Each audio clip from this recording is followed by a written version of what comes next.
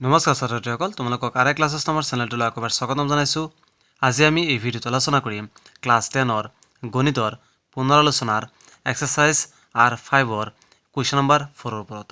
গতিকে ছাত্ৰছাত্ৰীসকল, আহা দেৰি নকৰি পেলাই আজিৰ এই ভিডিঅ'টো আৰম্ভ কৰোঁ। কুৱেশ্যন নম্বৰ 4ত আমাক দিছে যে উৎপাদকত প্ৰকাশ কৰা। কি কৈছে? উৎপাদকত প্ৰকাশ কৰা। ইয়াত চোৱা, টোটেল 10টা পাৰ্ট আছে। আজি আমি এই ভিডিঅ'ত কুৱেশ্যন নম্বৰ 4ৰ 5টা পাৰ্টলৈকে কৰিম। নেক্সট ভিডিঅ'ত আমি বাকী 6th পাৰ্টৰ পৰা 10 পাৰ্টলৈকে কৰিম। গতিকে আহা প্ৰথম পাৰ্টটো সলভ কৰোঁ। চোৱা, কুৱেশ্যন নম্বৰ 4ৰ ফাৰ্ষ্ট পাৰ্টত আমাক কি দিছে যে 4x² প্লাছ 12x প্লাছ 9। কুৱেশ্যনত আমাক কি কৈছে যে উৎপাদকত প্ৰকাশ কৰা। এতিয়া চোৱা, উৎপাদকত প্ৰকাশ কৰিবলৈ হ'লে আমি প্ৰথমে x² লগত যি সহগ আছে সেই সহগটো আমি এই ধ্ৰুৱক পদৰ লগত কি কৰিব লাগিব? পূৰণ কৰিব লাগিব। এতিয়া x² লগত সহগ আছে 4, তে সেই 4 যদি আমি 9ৰ লগত অৰ্থাৎ ধ্ৰুৱক পদৰ লগত পূৰণ কৰোঁ কিমান হ'ব? 36 হয়নে? 9 × 4 = কিমান? 36। এতিয়া 36ৰ এনেকুৱা দুটা উৎপাদক উলিয়াব লাগিব যাতে যোগ কৰিলে বা বিয়োগ কৰিলে কি হয়? তোমাৰ 12x হয়। এতিয়া চোৱা, 36ৰ উৎপাদক দুটা কি কি ওলাব পাৰিম আমি? 6 × 6। চোৱা, যদি আমি 6 × 6 কৰোঁ তেতিয়াহ'লে কিমান হয়? 36। আৰু যদি আমি এই দুটা প্লাছ কৰোঁ তেতিয়াহ'লে কিমান হ'ব? 6 + 6 = 12 হয়নে? গতিকে আমি কি পাইছোঁ? উৎপাদক দুটা 6 × 6 হয়নে? গতিকে আমি কি কৰিম যে ইয়াত চোৱা, যদি আমি লওঁ 6x + 6x = কিমান হ'ব? 12x। গতিকে 4x² plus 6x plus 6x plus 9। এতিয়া চোৱা, এই দুটাৰ পৰা কমন ল'ম আৰু এই দুটাৰ পৰা কমন ল'ম। এই দুটাৰ পৰা আমি কি কমন ল'ব পাৰিম? এই দুটাৰ পৰা কমন ল'ব পাৰিম 2x। কি থাকিল? 2x প্লাছ 3 প্লাছ ইয়াৰ পৰা আমি কি কমন ল'ব পাৰিম?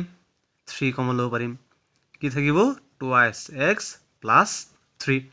এতিয়া চোৱা, এই দুটাৰ পৰা এটা ল'ম 2x প্লাছ 3 2x প্লাছ 3। ছাত্ৰছাত্ৰীসকল, এইখিনি আছিলে কুৱেশ্যন নম্বৰ 1ৰ ফাৰ্ষ্ট পাৰ্টৰ সলিউশ্যন। আশা কৰোঁ তোমালোকে এই কুৱেশ্যনটো ধুনীয়াকৈ বুজি পাইছা। কুৱেশ্যন নম্বৰ 4ৰ ছেকেণ্ড পাৰ্টত আমাক কি দিছে যে 25m² প্লাছ 30m প্লাছ 9। ইয়াতো আমি কি কৰিম? ফাৰ্ষ্ট পাৰ্টৰ নিচিনা m² লগত যি সহগ আছে সেই সহগটো আমি ধ্ৰুৱক পদৰ লগত পূৰণ কৰিম। এতিয়া চোৱা, যদি আমি 25 9ৰ লগত পূৰণ কৰোঁ কিমান হ'ব? 25 × 9 45ৰ 5 থাকিল 4, 2 9 কিমান? 18 আৰু 4 22। এতিয়া চোৱা, 25ৰ লগত যদি আমি 9 মাল্টিপ্লাই কৰোঁ তেতিয়াহ'লে কিমান হৈ আছে? 2 to 5। এতিয়া 2 to 5ৰ এনেকুৱা দুটা উৎপাদক উলিয়াব লাগিব যাতে পূৰণ কৰিলে কি হয়? 2 to 5 হয় আৰু যোগ বা বিয়োগ কৰিলে তোমাৰ মাজৰ পদটো হয়, তাৰমানে 30 হয়। এতিয়া চোৱা, যদি আমি 15 × 15 কৰোঁ তেতিয়াহ'লে কিমান হ'ব? 2 to 5 হ'ব হয়নে? আৰু যদি 15m প্লাছ 15m লওঁ তেতিয়াহ'লে কি হৈ যাব? 30m হয়নে? ইয়াতো প্লাছ আছে, ইয়াতো প্লাছ আছে, গতিকে দুইটা উৎপাদক কি হ'ব? প্লাছৰ হ'ব। এতিয়া চোৱা, 25m² plus 15m plus 15m plus 9। এই দুটাৰ পৰা কমন লোৱা আৰু এই দুটাৰ পৰা কমন লোৱা। চোৱা, এই দুটাৰ পৰা আমি কি কমন ল'ব পাৰিম? এই দুটাৰ পৰা আমি কমন ল'ব পাৰিম 5m। কি থাকিব? 5m প্লাছ 5 15 কেইবাৰ যাব? 3 বাৰ। m আছিল, mটো আমি কমনে লৈ লৈছোঁ প্লাছ এই দুটাৰ পৰা আমি কি কমন ল'ব পাৰিম? 3 5m প্লাছ 3। এতিয়া এই দুটাৰ পৰা এটা লোৱা 5m প্লাছ 3 কি দেখি গৈছে? 5m plus 3। গতিকে এইখিনি আছিলে কুৱেশ্যন নম্বৰ 4ৰ ছেকেণ্ড পাৰ্টৰ সলিউশ্যন। তাৰপিছত চোৱা, কুৱেশ্যন নম্বৰ 4ৰ থাৰ্ড পাৰ্টত আমাক কি দিছে? x² - 10x plus 25। ইয়াতো আমি আগৰ দুটা পাৰ্টৰ নিচিনা আমি কি কৰিম x স্কয়াৰৰ লগত যি সহগ আছে সেই সহগটো আমি ধ্ৰুবক পদৰ লগত পূৰণ কৰিম এটা চোৱা x স্কয়াৰৰ লগত সহগ নাই তাৰমানে কিমান আছে 1 সেই 1 টো যদি আমি 25 ৰ লগত মাল্টিপ্লাই কৰো কিমান হ'ব 25 25 ৰ এনেকুৱা দুটা উৎপাদক উলিওৱা যাতে পূৰণ কৰিলে কি হয় 25 হয় আৰু যোগ বা বিয়োগ কৰিলে কি হয় 10 হয় এটা চোৱা 10 ৰ আগত কি আছে মাইনাস আৰু 25 ৰ আগত কি আছে প্লাস তাৰমানে যি দুটা উৎপাদক আমি উলিয়াম সেই দুইটা উৎপাদক কি কিয়ত ল'ব লাগিব মাইনাসত ল'ব লাগিব এটা চোৱা 25 ৰ উৎপাদক আমি কি উলিয়াব পাৰিম 5 * 5 এটা চোৱা যদি আমি মাইনাসৰ 5 * মাইনাসৰ 5 কৰো তেতিয়ালে কি হৈ আছে প্লাসৰ 25 হৈ আছে হয়নে আৰু যদি আমি মাইনাসৰ 5x আৰু মাইনাসৰ 5x কৰো তেতিয়ালে কি আছে মাইনাসৰ 10x হৈ আছে যেহেতু ইয়াত মাইনাস আছে আৰু ইয়াত কি আছে প্লাস আছে গতিকে দুইটা উৎপাদক আমি কিয়ত ল'ব লাগিব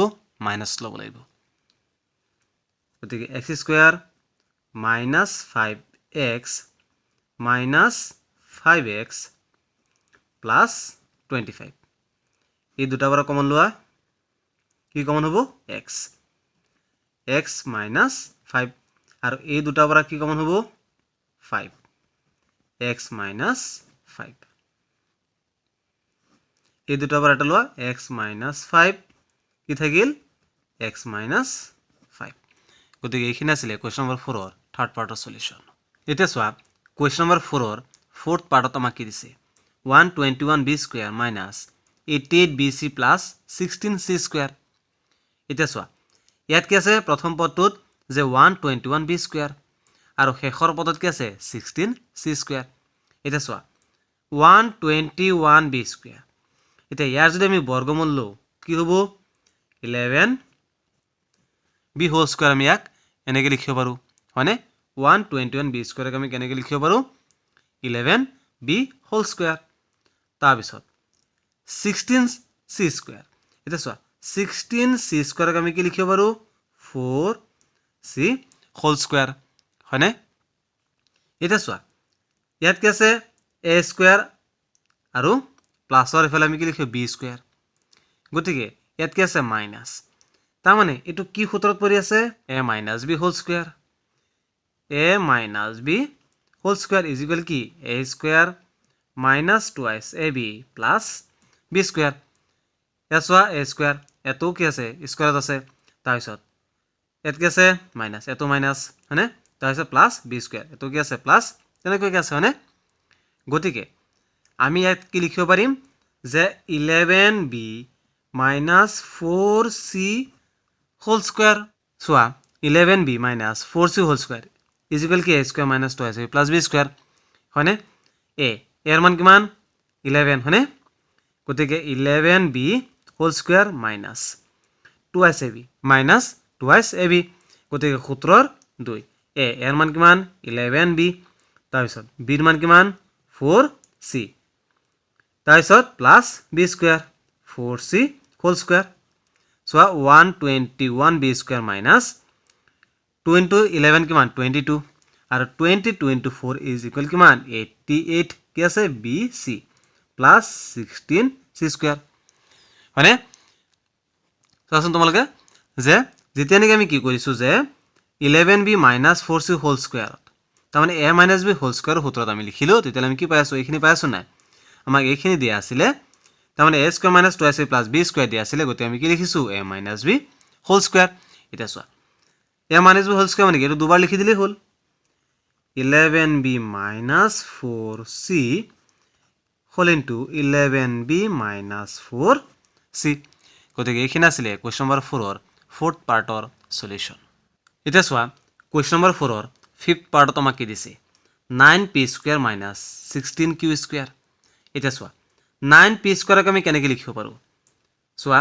9 ৰ বৰ্গমূল কিমান 3 হয়নে আৰু p square ৰ বৰ্গমূল কিমান p গতিকে thrice p whole square 9p square আমি কি লিখিব পাৰো 9p square আমি লিখিব পাৰো thrice p whole square ঠিক তেনেকৈ 16q square আমি কি লিখিব পাৰো 4q whole square হয়নে গতিকে আমি এনেকৈ লিখিম যে 9p square আমি কি লিখিম thrice p whole square minus 16q স্কয়াৰক আমি লিখিম 4q হোল স্কয়াৰ এটা চোৱা এটো কি সূত্ৰত পৰি গৈছে a square minus b square হয়নে a square minus b square equal কি a plus b whole into a minus b গতিকে আমি কি কৰিম এতিয়া a plus b whole into লিখিম আৰু a মাইনাস b লিখিম হয়নে কিয় যে a square minus b square আমাক দি আছে গতিকে ইয়াৰ মান কিমান thrice p প্লাস